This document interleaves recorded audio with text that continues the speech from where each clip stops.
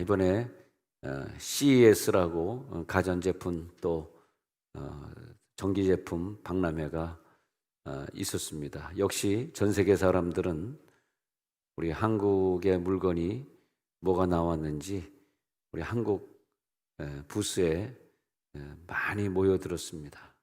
그 많은 돈을 들여서 그런 사업을 진행하는데 LG에서 비롯해서 우리 그 LG 디스플레이 그 재료가 전 세계에서 유일하지 않습니까? 뭐 소니든 뭐든 전 세계에서 우리나라 제품을 사가야 되는 그런 상황인데, 그렇다고 뭐 LG가 그걸 팔아서 수익을 많이 창출한 건 아닙니다. 워낙 그것이 싼 제품이기 때문에. 그런데 이번에 특히 현대를 보니까 현대가 대체 무슨 자동차를 만들어냈을까? 역시 이 제목을 하니까 여러분들 관심이 있으시군요. 저를 쳐다보시는데, 현대가 대체 무슨 제품을, 깜짝 놀랐던 것은 현대는 이번에 자동차를 출시하지 않았습니다.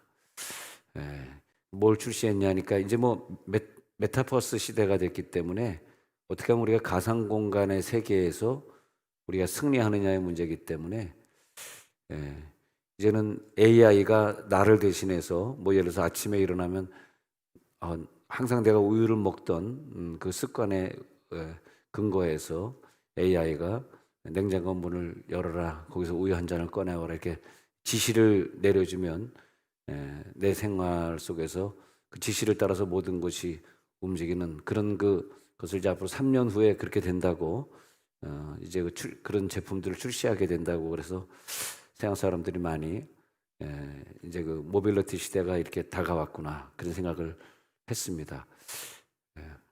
이 스티브 잡스가 이 컴퓨터와 스마트폰을 개발하면서 그의 관심은 어떻게 우리가 여기에 있으면서 세계에서 일어날 일들을 내가 확인할 수 있을까? 어떻게 세계와 나와 또 나 모르는 사람과 나와 어떻게 가까이 갈 수 있을까? 요즘 물론 페이스북이 이제 한물 갔습니다만은 그런 이유 때문에 페이스북이 최고의 주가를 올리게 되었죠. 그래서 스티브 잡스가 이렇게 다 이렇게 개발을 해놨는데, 아깝게 50대 나이에 먼저 갔습니다만은, 우리의 관심은 어떤 것이어야 되냐 하면, 그래 저것이 개발되어서 그래서 우리가 사람과의 관계, 사랑의 관계가 얼마나 발전되었느냐, 이것에 관심을 가져야 됩니다. 여러분, 핸드폰이 굉장히 편리해져서 핸드폰 하나로 우리는 모든 것을 알 수 있는, 이제 뭐 천재가 따로 필요 없어요. 핸드폰 키면 뭐 거기서 계산도 다 해주고 천재가 되기 때문에 핸드폰만 잘하면 막 천재같이 살 수 있는데, 문제는 뭐냐 하면, 저는 그렇게 생각해 봐요. 핸드폰을 하루에 한 사람이 몇 번 확인할까 했더니, 적게 하는 사람이 한 100번 정도, 그리고 많이 하는 사람은 200번 정도 핸드폰을 들여다본다고 합니다. 그리고 이제 회사에서도 그렇고 컴퓨터에 앉아있는 시간이, 컴퓨터와 핸드폰을 보는 시간이 뭐 최소한 4-5시간은 되는 직장인이 돼버렸다는 거죠. 그럼 그것은 우리들에게 유익한 것이냐, 우리들에게 무익한 것이냐, 이렇게 보면, 자, 지하철을 타고 가는데 거의 모든 사람들이 앞에 쳐다보기가 쑥스러워서 그런지 모르지만 다 핸드폰을 들여다보고 있고, 엘리베이터 탔으면 안녕하세요, 저번에 뵀었는데 요즘 애기 잘 자라죠, 저번에 아팠잖아요, 이러면서 대화를 해야 되는데 말을 걸 수가 없는 게 핸드폰을 들여다보고 있는데 말을 걸 수가 없잖아요. 그래서 이것이 관계가 점점 깨져가는 것이냐, 같이 사는 위층에 사는 이웃과 내가 점점 대화를 통해서 관계를 맺어가는 것이냐. 그래서 이제 영어로 보면 relationship centered라고 이렇게 이제 미국 사람들은 말을 하는데, 어떤 센트럴드에 우리가 살아가고 있느냐, 어떤 중심적이냐, 관계 중심적이냐, 어떤 이런 날리지라고 하는 지식 중심적으로 우리들이 인생을 살아가는 것을 만족해야 되느냐. 점점 사람은요, 이 컴퓨터 감옥 속에 들어가고 있습니다. 고립되고 있습니다. 자기 자신의 벽을 치고 있습니다. 그 모든 개발하는 것들이 그 당시엔 굉장히 좋아 보이는데, 세월이 지나고 나서 보면 아이들이 지금 한참 공부하고 성경 읽고 기도해야 될 나이에 하루 종일 게임에 빠져가지고, 여러분 물론 어린아이를 안 키우시는 분들은 실감이 안 갈지 모르지만, 이 꼬마 아이들이 컴퓨터 게임에 빠져가지고 완전히 감옥 생활을 하고 있어요. 점점점 그러다가 자폐가 되는 것이고 집에서 방에서 안 나오는 사람들. 그게 뭐냐면 다 관계가 깨진 거거든요. 하나님이 이 세상을 창조할 때에 창세 전에 아버지와 아들의 관계를 설명합니다. 창세 전에 아버지와 아들의 관계, 그것은 사랑의 관계, 하나됨의 관계를 기준으로 세상을 창조하신 거죠. 그래서 바울이 창세 전에 나를 택했다라고 하는 그런 관계성을 얘기하고 있는데, 내가 창세 전에 이미 하나님과의 관계가 있었다. 난 어디로 돌아가느냐? 이 세상이 끝나가면 창세 전으로 돌아가서 그 아버지의 사랑 속에 나는 들어가게 되는 것이다.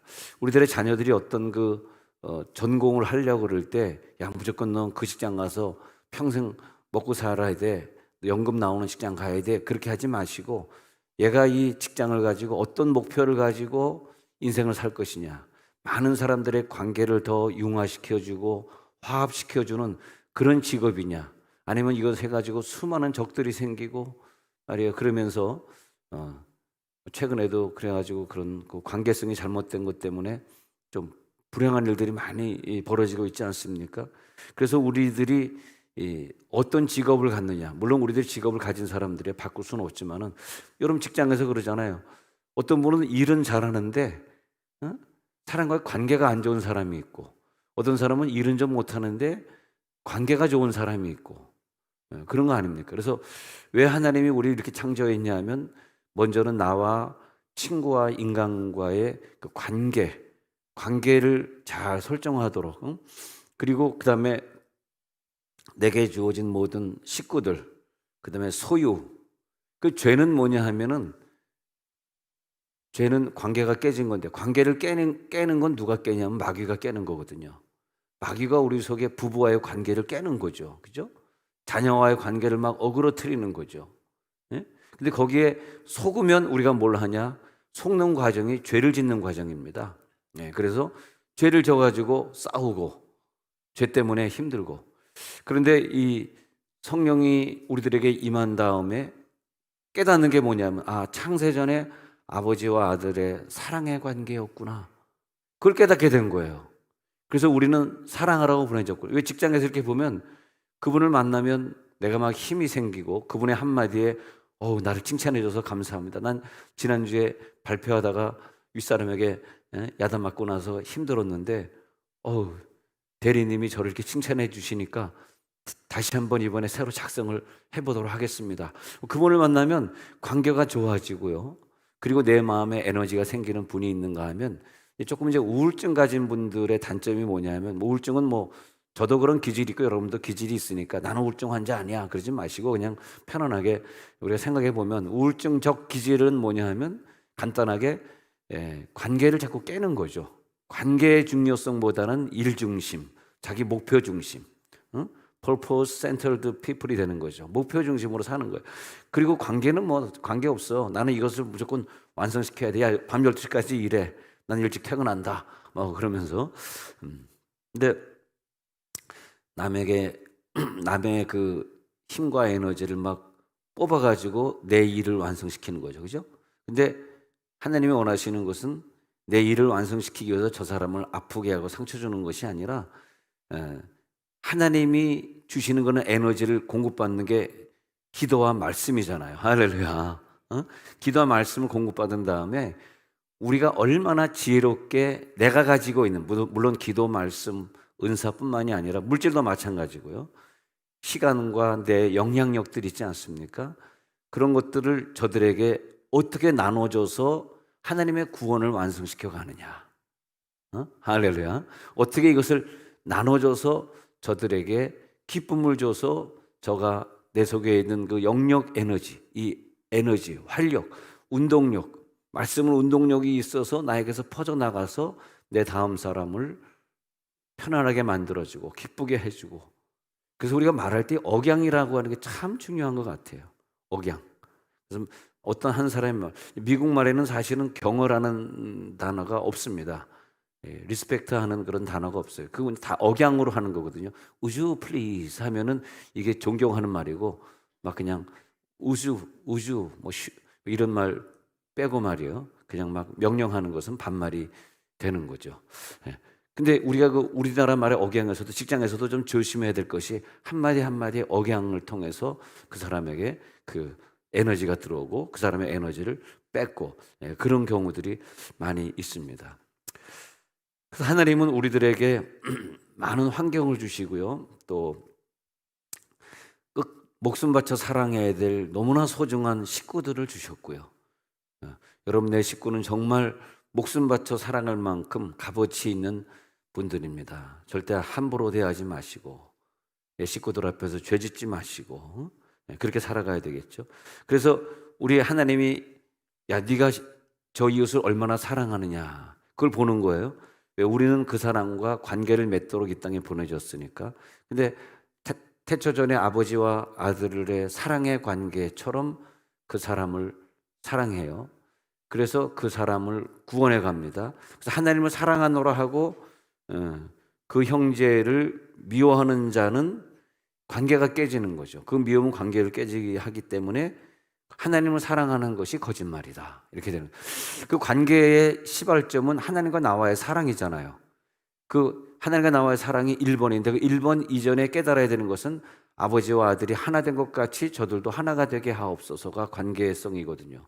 그러면 내가 저 사람을 사랑할 때 어떻게 사랑했냐 하니까 내가 하나님의 사랑을 받은 것만큼 사랑하게 돼 있으니까 네가 저 사람을 구원해야 되고 저 식구를 네가 끝까지 용서하고 뭐 천은 공로할 죄를 져도 용서하셔야 되고 그렇게 되는 건데, 그래서 어떤 일이 있어가지고 그 형제를 미워하게 된다면은 너는 하나님을 사랑한다는 건 거짓말이다. 왜? 하나님의 사랑의 근거에서 네 식구, 그다음에 네 친구, 네 이웃, 네 직장인들을 사랑하기 때문이다. 보는 바 그 형제를 사랑하지 아니하는 자는 보지 못하는 바 하나님을 사랑할 수 없느니라. 참 이 요한일서 4장 20절이 이 관계를 잘 말해주고 있습니다. 예. 보지 못하는 바 하나님을 사랑하는 게 아니다. 그래서 21절에 보면 이 사랑의 계명을 주께 받았기 때문에 하나님을 사랑하는 자는 또한 그 형제를 사랑할 수밖에 없다. 이것에 이 한 해 동안 사랑의 성공을 하시기 바랍니다. 사랑의 성공. 그러니까 우리가 정말 사랑하는 마음이 있어서 우리 2부 예배에 주최하신 분들은 좀 바깥에다 다시 세우고 3부 예배도 참석하고 이렇게 하면 참 좋겠습니다. 주여, 얘기 안 하려고 했는데 지난주도 우리 교회가 부흥을 주는 요소가 있고 부흥을 막는 요소가 있지 않습니까? 부흥을 주는 요소는 여러분들의 기도와 희생, 이런 부분들은 부흥을 줘가지고 이것만 보더라도 뭐 어마어마하게 벌써 10,000명은 돼야 되는데 가장 힘든 게 저한테 들어오는 소리는 목사님 주차할 데가 없어요. 지난주도 그냥 3시에 3부 예배 때 좀 아기를 데리고 오는 엄마들, 갓난아기 데리고 또 그다음에 또 노약자들 이렇게 와가지고 차 주차할 데가 없으니까 죄송합니다, 주차할 데가 없어서야 그렇게 몇 가정 떠나곤 했습니다. 근데 제일 힘든 게 주차의 문제 같아요. 그래서 요즘도 주차를 좀 주차장을 만들려고 공개는 못하지만 어떤 다른 일들을 좀 준비를 하고 있습니다만은 근데 그래서 우리가 정말 사랑의 관계라고 하는 것은 그래, 내가 이게 주차 하라는 그런 그 딱지를 못 받았으니까, 허가 딱지를 못 받았으니까 나는 좀 바깥에 세워야 되겠다, 그러면서 이렇게 좀 사랑의 관계를 말하는 거죠. 그래서 죄는 이 관계의 영향력을 파괴시키는 거죠. 그걸 굉장히 중요하게 생각해야 됩니다. 직장 다니시는 분 제일 중요한 건 내가 얼마나 일을 완성시키느냐가 아니라 그건 두 번째고, 먼저 내가 이 사람과의 관계를 어떻게 사랑의 관계를 이끌어 가느냐. 그래서 우리가 구원을 이루라는 거죠. 그래서 인종과의 문제의 관계, 산업적인 분쟁, 정치적, 국제적 긴장 문제, 내 직업 속에서 내 사업을 하면서 어떻게 내가 이런 관계들을 풀어갈 것이냐, 즉 이 관계를 통해서 어떻게 구원을 해 갈 것이냐. 그래서 내가 사람과의 관계 속에서 어려움이 왔다, 적이 생겼다라는 것은 1번으로 돌아가야 돼요. 1번은 뭐냐면 하나님과 나와 관계가 대체 어떻게 된 것이냐. 그 관계가 깨지니까 사랑과의 관계. 솔직히 사랑과의 관계가 깨지고 어그러진 그 이유는 근본적으로 내가 말씀 보고 기도하고 성령 충만하지 않았던 하나님과 관계가 깨졌기 때문에 깨진 것이지 그 사람의 탓으로 돌리시면 안 됩니다. 예. 오늘 저녁에 제가 모시고 여성교 헌신 예배 드리면서 말씀 듣고 싶은 이분은요, 정말 평생 환자로 살았습니다. 그리고 남편에게 멸시받아서 정말 인생을 비참하게 끝내야 될 인생인데 정말 하나님이 복을 주셔서 남편을 변화시켜서 남편을 장로까지 만들고 본인은 여자 목사가 되었는데 지금 여수에서 목회하시는데 참 메시지가 좋습니다. 평생 자기는 고난 속에 죽어야 되는 인간인데 남편을 변화시키니까 남편이 자기 앞에 무릎을 꿇고 훌륭한 장로가 되어지고, 근데 그것이 그분 오늘 저녁에 오시는 그분의 간증이 되는 것이 아니라 우리 모든 부부의 간증이 되셔야 되고요. 여자는 기필코 기도해서 자기 남편을 믿음의 장로까지 세워야 됩니다. 할렐루야. 주여 하게 하옵소서. 여자에게 책임이 있어요. 우리들에게 왜 저 남자를 주었지? 왜 저 여자를 줬지? 왜 저 친구를 줬지? 왜 저 사람을 나에게 교인으로 줬지? 창세기 2장 18절에 나오는 거야. 야, 네가 독초하는 것이 좋지 못하다. 내가 너에게 돕는 배필을 주리라. 그래서 하나님이 우리들에게 구원을 이루기 위해서 다 돕는 배필로 우리들을 지어주셨어요. 예? 그래서 나는 저 사람의 돕는 배필이 되고 또 저쪽 사람은 나에게 또 돕는 배필이 되어주고, 그래서 하나님과의 친밀한 관계를 계속 유지하도록. 그래서 우리를 창조하실 때 너희는 이 세상을 일본은 뭐냐면 이 세상에 생육하고 번성하여 충만하라. 창세기 1장 27절 28절에 보면 충만하라. 그 다음에는 이 세상을 정복하라. 그 다음에는 이 세상을 다스려라. 그래가지고 나에게 만물을 주셨습니다. 그 만물 속에 하나님의 사랑을 집어넣으면서 그러면서 그 관계를 좋아지게 만드는 거죠.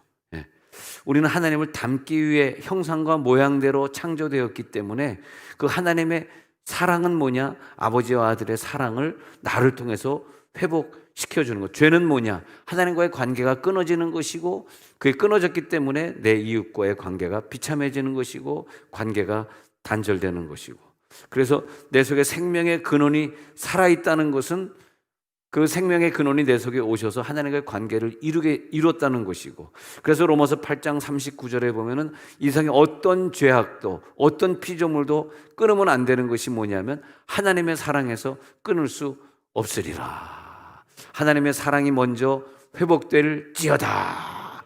하나님의 사랑에서 끊어지면 물질과의 관계도 끊어지니까 사업의 고통이 있는 거예요. 그죠? 사업의 고통이 있는 것은 먼저 하나님과의 관계를 회복시키면 물질과의 관계는 회복되는 거죠. 생명에서 끊어지면, 생명에서 끊어져 나가면 그게 사망이고 그게 지옥입니다. 생명에서 끊어지면 안 돼요.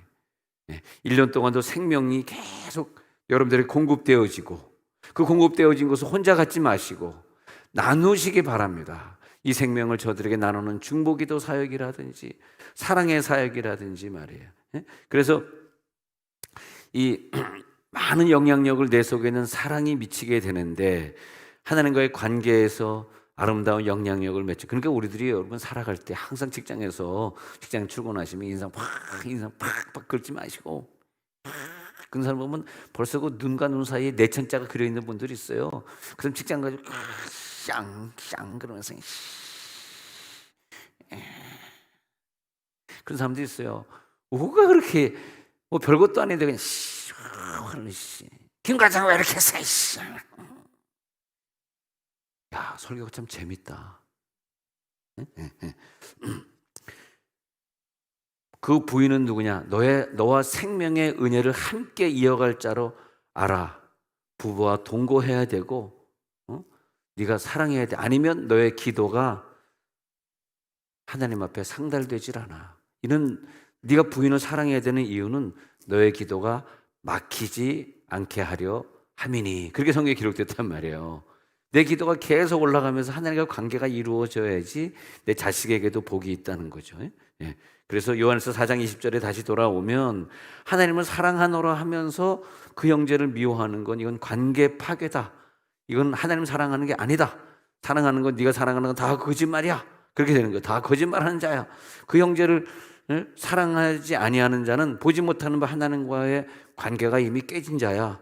그 관계부터 올해는 회복해야 돼. 그래서 올해 첫 번째는 뭐냐면, 첫 번째 우리들의 목표는 뭐냐면 사랑하라. 한번 사랑하라 외쳐보세요. 시작.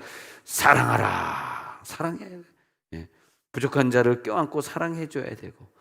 그래서 하나님을 사랑하고 이웃을 사랑하고, 두 사람과의 관계 속에서 이루어지는 상호작용을 통해서 그 사람이 누렸던 수많은 지식과 정보들을 사랑하면 그걸 내가 누리는 것이고, 내가 사랑이 부족하면 그 사람과 나와 단절되기 때문에 그 사람의 지식과 그 사람의 정보를 내가 누리지 못하는 것이고, 그래서 서로 정보를 주고받고 사랑의 언어를 주고받는데 상호 교통이 필요합니다.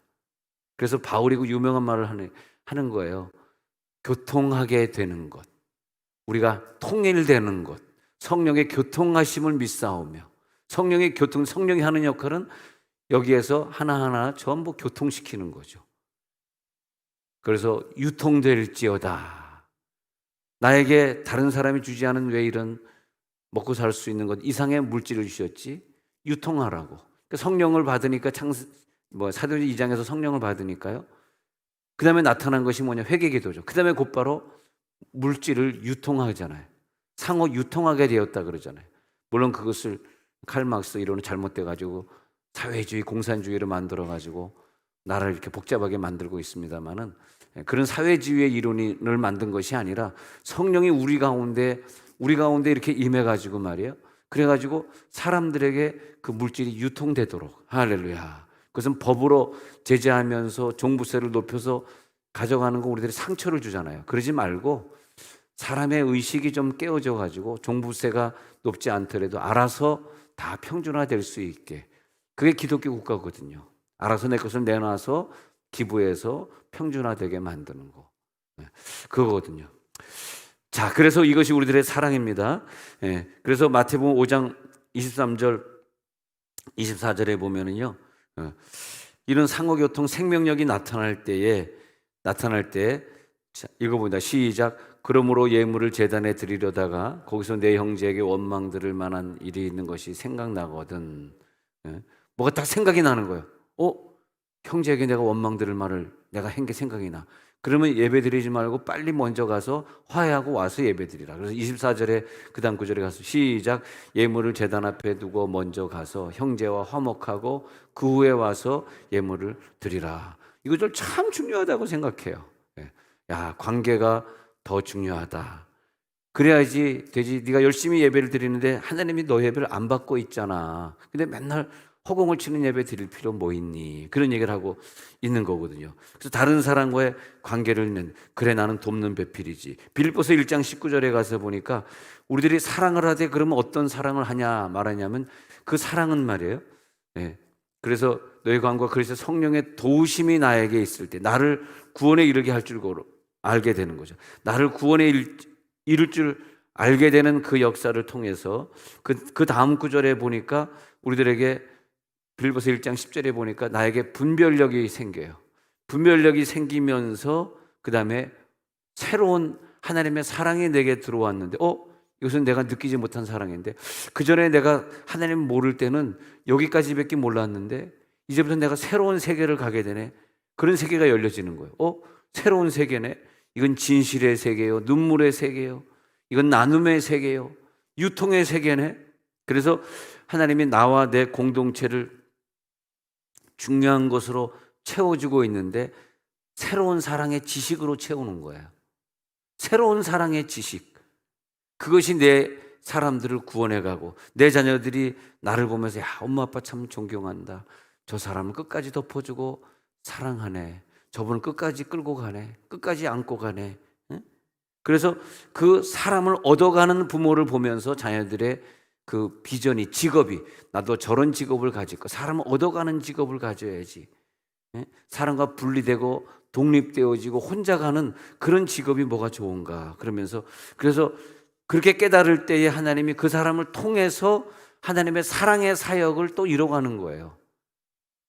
할렐루야. 그 사람을 통해서 예수를 제자 만드시고, 그래서 마가복음 3장 13절에서 15절에 보면 예수님이 제자들 갖다 부르시고 그 제자들을 자기가 원하는 자들 부르시니 나온지라. 14절에 내려가 보는, 그 다음에 이에 12를 세우셨는데 저들에게 은사를 줬어요. 야, 전도 은사를 준다, 사랑의 은사를 준다. 15절에 한번 읽어봅니다. 시작. 귀신을 내쫓는 권능도 가지게 하려 하심이라. 그런데 그런 능력을 하나님이 주셨는데 그 다음 9절에 보면 왜 저들을 구원했냐면 나와 함께 있게 하시려고. 예수님의 관심은요, 이 땅에 오셔서 함께 있게 하시는 그런 관계에 있는 자들을 찾고자 했습니다. 내가 저와 관계 맺고 싶고, 나 저와 함께 있고 싶고, 태초전에 아버지와 나와 함께 있던 관계 사랑의 그 영광을 저와 함께 누리고 싶고, 그러니까 하나님이 그래 너 사람을 좋아하지, 사람과 관계. 그래서 하나님이 처음에는 에덴 동산을 예수님에게 선물로 줬다가 그 다음에 우리 인간이 에덴 동산의 관계를 파괴시키니까 제 2차 준 것이 이 세상의 지구를 예수님에게 선물로 주시면서 저 인간들을 소유하기 위해서 네가 내려가라. 그래서 예수님이 나를 소유하려고 이 땅에 오셔서 나를 완전히 가지고 내 속에 오시려면 자기가 죽고 부활해야 되니까 십자가에서 죽으시고, 할렐루야. 네. 그리고 부활하셔서 내 속에 오심으로써 결론이 뭐냐? 나를 가졌다 이거예요. 나를 가져가시옵소서. 사랑은 뭐냐 하면 안에 거하는 겁니다. 사랑은 그 사람 안에 내가 거하는 거예요. 그 사람 속에 들어갔다 오는 게 사랑이지. 그 사람 속에 지금 뭘 원하는지 모르는데 그건 내가 원하는 거야. 너 이거 원하잖아. 너 이거 선물 원하잖아. 선물 가져왔어. 나는 그 선물을 원하지 않아. 내가 돈 매달 이렇게 몇백만 원씩 주잖아. 너 이거 원하는 거 아니야. 난 그걸 원해. 그럼 네가 원하는 건 뭐야? 내 속에 좀 들어오는 거야. 내가 진짜 뭘 원하는지 당신이 아는 거야. 그래서 예수님이 내 속에 들어오셨단 말이에요. 그러니까 한 사람을 예수님이 정복하시고 내 속에 들어오시고, 또 내가 이 사랑을 밀어내서 또 저 사람 속에 예수가 들어가게 하시고 하면서 형제들을 구원하고 사랑해 가잖아요. 그러면서 예수님은 전 인류를 정복해 가시는 거예요. 당신을 통해서. 할렐루야. 여러분을 통해서 세상을 정복해 가시고, 사랑으로.